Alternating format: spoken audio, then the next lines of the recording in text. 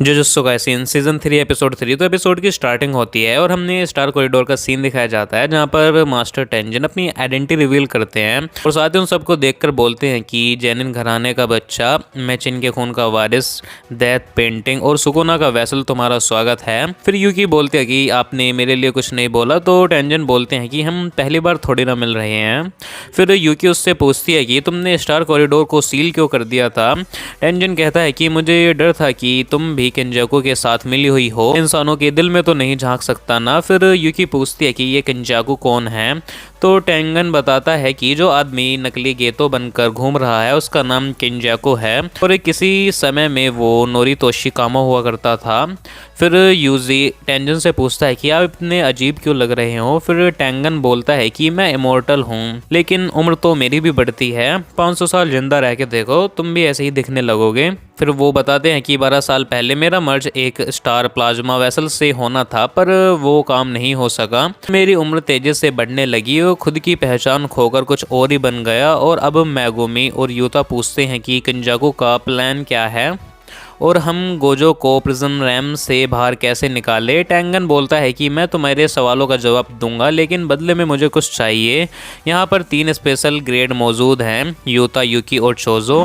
Tengen चाहता है कि इनमें से कोई 2 यहीं रुककर टेंगन की सुरक्षा करें और उसके गार्ड बने। यूता बोलता है कि तुम्हें किसकी सुरक्षा चाहिए, तुम तो अमर हो ना। माकी बोलती है कि तुम्हें भी प्रिजन रैम में सील होने का डर है क्या। यूकी भी कहती है कि जरा बताओगे तुम्हें गार्ड क्यों चाहिए और कितने समय के लिए। टेंगन अब बताने लगता है कि किंजाकू का प्लान क्या है। किंजाकू पूरे जापान को फोर्स इवैल्यूएशन करवाना चाहता है और जिसके बाद मैगुमी कहता है कि ये काम तो वो आइडल ट्रांसफिगरेशन टेक्निक से भी कर सकता है ना। तो टेंगन कहता है कि उसके पास उतनी कर्स एनर्जी नहीं है, इसलिए वो मर्जर का इस्तेमाल करने वाला है। वो इंसानियत और टेंगन के बीच मर्जर करने वाला है। मैगुमी बोलता है कि पर टेंगन तो सिर्फ स्टार प्लाज्मा वेसल के साथ ही मर्ज हो सकता है ना। टेंगन कहता है कि ये बात 12 साल पहले तक सच थी, पर उस समय मेरा मर्ज फेल हो गया और अब मैं इवोल्व हो गया हूँ। अब आम इंसानों के साथ भी मैं मर्ज हो सकता हूँ। चोजो बोलता है कि तुम तो अकेले हो, इतने सारे लोगों के साथ मर्ज कैसे करोगे। तो टेंगन कहता है कि अब तुम जो देख रहे हो वो मेरा असली रूप नहीं है, मेरी आत्मा तो कहीं और ही है और धरती और आसमान मेरे लिए एक हैं। जो मेरे साथ मर्ज होंगे वो जुजुत्सु सोर्सरर से भी एक लेवल ऊपर चले जाएंगे। मैं तो अपनी बैरियर टेक्निक से खुद को कंट्रोल करके रखता हूँ, लेकिन बाकी इंसान ऐसा नहीं कर पाएंगे। अगर एक भी इंसान आउट ऑफ कंट्रोल हो गया तो दुनिया खत्म हो जाएगी और अगर इंसानों को कोई रोकने वाला नहीं होगा तो वो बुराई करते रहेंगे और सारी लाइन क्रॉस कर देंगे। जो चीज़ टोक्यो में हुई है वो पूरी दुनिया से शुरू हो जाएगी। और यूजी पूछता है कि किंजाकू ऐसा क्यों करना चाहता है। तो टेंगन कहता है कि वो तो मुझे नहीं पता, मैंने बताया ना कि मैं इंसान के दिल में नहीं झांक सकता।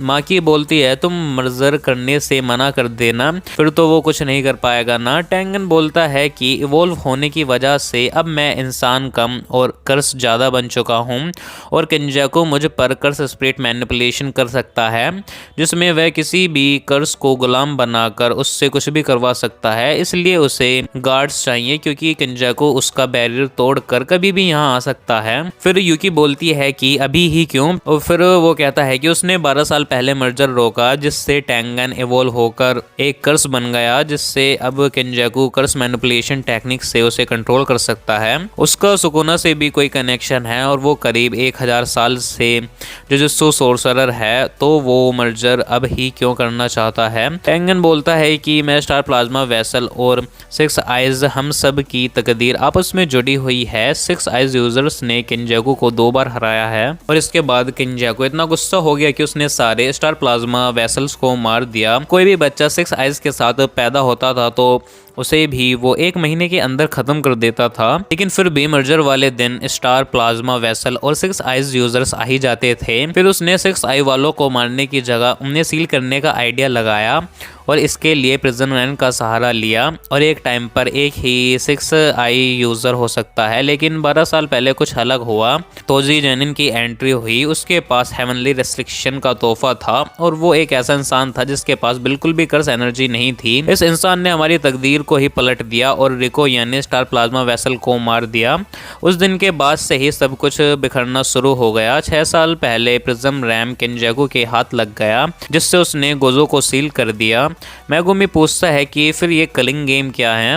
टेंगन बोलता है कि कलिंग गेम मर्जर से पहले की एक रिचुअल है। वो कलिंग गेम में आने वाले लोगों की कर्स एनर्जी का इस्तेमाल करेगा, जिससे टेंगन का मर्जर पूरे जापान के लोगों के साथ हो सकेगा। इतने बड़े लेवल का रिचुअल करने के लिए किंजाकू ने खुद को बाइंडिंग वॉल से बांधा रखा है और इसलिए वो कलिंग गेम्स का मास्टर नहीं है। लेकिन ये हमारे लिए बुरी खबर है, क्योंकि किंजाकू को मारने से भी ये गेम नहीं रुकेगा और ये गेम तब खत्म होगा जब सारे प्लेयर्स मारे जाएं, या तो वो गेम में पार्टिसिपेट ही ना करे और फिर भी वो मारे जाएं और गेम एंड होगा। ये कहीं नहीं लिखा है, लेकिन अगर कोई प्लेयर 100 पॉइंट्स पूरे कर लेता है तो वो गेम के अंदर एक नया नियम जोड़ सकता है। यूं तो बोलता है कि यानी हमें गेम में हिस्सा लेना ही होगा और किसी तरह 100 पॉइंट्स अर्न करके एक नया नियम लागू करना होगा। सुमिकी और बाकी लोग अपनी मर्जी से इस गेम को छोड़ के जा सकते हैं। मेगुमी बोलता है कि हमें गोजो सेंसे को भी छुड़ाना होगा। अगर गोजो आ गए तो टेंशन की कोई बात ही नहीं है। वो टेंगन से पूछते हैं कि गोजो को कैसे प्रिजन एम से बाहर निकाले, तो टेंगन बोलता है कि पहले तुम लोग ये डिसाइड करो कि मेरा गार्ड बन के यहाँ कौन रुकेगा। चोजो और यूकी दोनों यहाँ रुकने के लिए मान जाते हैं। चोजो कहता है कि यूता का यूजी के साथ रहना ज़्यादा ज़रूरी है और किंजाकू से तो चोजो का अपना पूरा हिसाब भी बराबर करना है। यूकी कहती है कि उसे टेंगन से कुछ बातें करनी है और इसलिए वो यहाँ रुकना चाहती है और यूता तो वैसे भी अपने दोस्तों के साथ रहना चाहता है। टेंगन अब अपने पास से प्रिज्म रैम जैसा दिखने वाला एक बॉक्स निकालता है और बोलता है कि ये प्रिज्म रैम के पीछे का दरवाज़ा है। इसे खोलकर हम गोजो को आज़ाद करा सकते हैं, पर इसे खोलने के लिए इन्वर्टेड स्पीयर ऑफ हेवन या फिर ब्लैक रोब जैसा किसी कर्स्ड ऑब्जेक्ट की ज़रूरत होगी, जो कि किसी भी कर्स टेक्निक को कैंसिल कर सकता है। लेकिन इन दोनों ऑब्जेक्ट को ही गोजो डिस्ट्रॉय कर चुका है। यूता बताता है कि वो और मेगल अफ्रीका ब्लैक रोब ढूंढने के लिए ही गए थे, पर उन्हें कुछ नहीं मिला। टेंगन कहता है कि यानी अब एक ही तरीका है। कलिंग गेम में हिस्सा लेने वाले प्लेयर्स में एक ऐसी सोर्सरर है जो 1000 साल पुरानी है। वो खुद को एंजल कह के बुलाती है। वो किसी भी कर्स टेक्निक को डिलीट कर सकती है और उसका नाम हाना कुर्सो है। तो वो चाहे तो प्रिज्म रैम का दरवाजा खोल सकती है। वो उन्हें ईस्टर्न टोक्यो कॉलोनी में मिलेगी। जापान में टोटल 10 कॉलोनी बैरियर्स हैं जो कि एक बार बाउंड्री लाइन से कनेक्टेड हैं और ये लाइन जब तक जापान को क्रॉस करेगी तो जापान के सारे लोग टेंजन से मर्ज हो जाएंगे। सिर्फ होकाडो शहर ही सुरक्षित है, क्योंकि वहाँ जुजुत्सु के हेडक्वार्टर्स हैं और वो जगह पवित्र भी है। यह रिचुअल करीब 2 महीने में पूरा हो जाना चाहिए और ये लोग अब कलिंग गेम के रूल्स पढ़ते हैं। पहला रूल था कि सभी खिलाड़ियों को 19 दिन के अंदर पार्टिसिपेट करना ही होगा। 1 नवंबर को किंजाकू ने ढेर सारे लोगों को अवेकन किया था, जिसमें मेगुमी की बहन भी थी। आज 9 नवंबर है, यानी 10 दिन के अंदर सुमिकी को गेम में हिस्सा लेना होगा। दूसरा रूल था कि जो लोग हिस्सा नहीं लेंगे उनकी कर्स टेक्निक रिमूव कर दी जाएगी, जिसका आसान शब्दों में मतलब है मौत।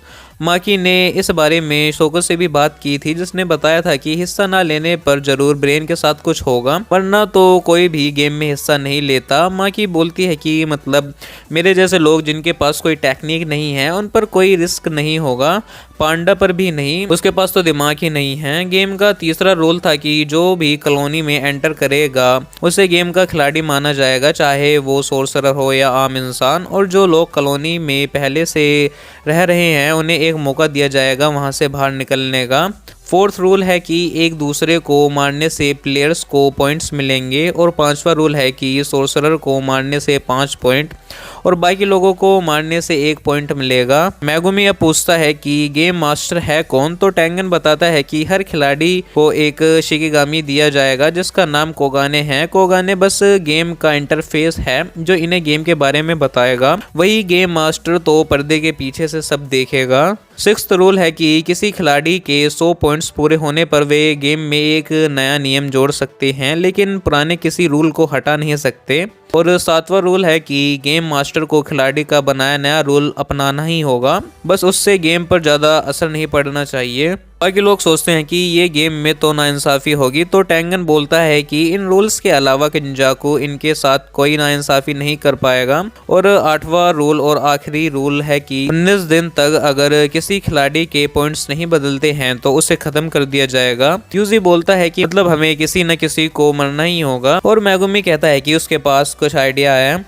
और फिर इन्हें गेम और बाकी सारी इन्फॉर्मेशन पता चल गई थी। यूकी और चोजो अब यहीं रहेंगे और टेंगन की सुरक्षा करेंगे। माकी वापस जाएगी कुछ कर्स टूल वापस लाने के लिए। गोजो के सील होने के बाद जुजुत्सु हाइमेरा के सारे कर्स टूल जेनिन क्लैन और कामो क्लैन वाले ले गए हैं। पर अब मेगुमी जेनिन घराने का हेड बन गया है, तो वो आराम से उन टूल्स को वापस ला सकता है। और यह खबर सुनकर यूजी एकदम से चौंक जाता है और मेगुमी बोलता है कि मैं तुम्हें बाद में समझा दूंगा। और माकी फिर टेंगन से जोजो की लोकेशन मांगती है और वह पांडा को लेकर जाएगी और गेम में एंटर करेगी। यूता बोलता है कि वो तुरंत ही कलिंग गेम में हिस्सा लेने जा रहा है ताकि वो पहले ही ज़्यादा से ज़्यादा इन्फॉर्मेशन इकट्ठा कर सके।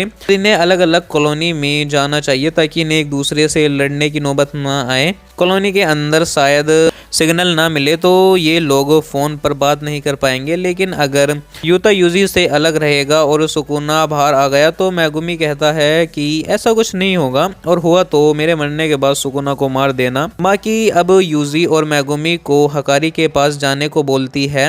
हकारी 3rd ईयर का स्टूडेंट है जो फिलहाल सस्पेंडेड है और इनके पास लोगों की कमी है, तो इन्हें हकारी को भी अपने प्लान में शामिल करना होगा। यूजी पूछता है कि वो स्ट्रॉन्ग है क्या। यूता बोलता है कि वो थोड़ा मस्तीखोर है पर वो मुझसे भी ज़्यादा स्ट्रॉन्ग है, तो ये उसे भी गेम में ज़रूर ले जाएंगे। और इसके बाद ये लोग यहाँ से जाने लगते हैं।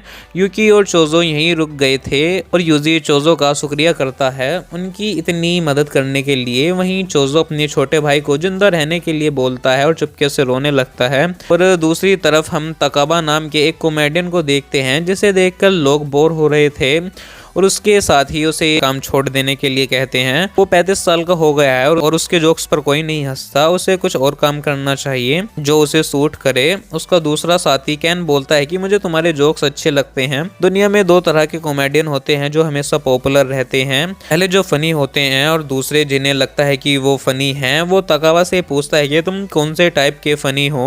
तकावा पहले बोलता है कि वो 50-50 है, लेकिन फिर जवाब बदल के कहता है कि वो 70-30 है। और हमें पता चलता है तकावा भी कलिंग गेम में हिस्सा लेने वाला एक खिलाड़ी है। और इसी सीन के साथ इस एपिसोड का यहाँ पर एंड हो जाता है। तो आई होप आपको इस एपिसोड की एक्सप्लेनेशन पसंद आई हो। और हाँ, अगर आपको इसके पिछले एपिसोड की एक्सप्लेनेशन देखनी हो तो उसकी लिंक भी मैंने इस वीडियो की डिस्क्रिप्शन में दे दिया, आप उसे कंप्लीट देख सकते हैं। तो इस वीडियो में इतने में और मैं मिलूंगा आपको नई वीडियो में नई एनीमे फिर नई मानवा सीरीज की एक्सप्लेनेशन के साथ। तब तक के लिए गुड बाय।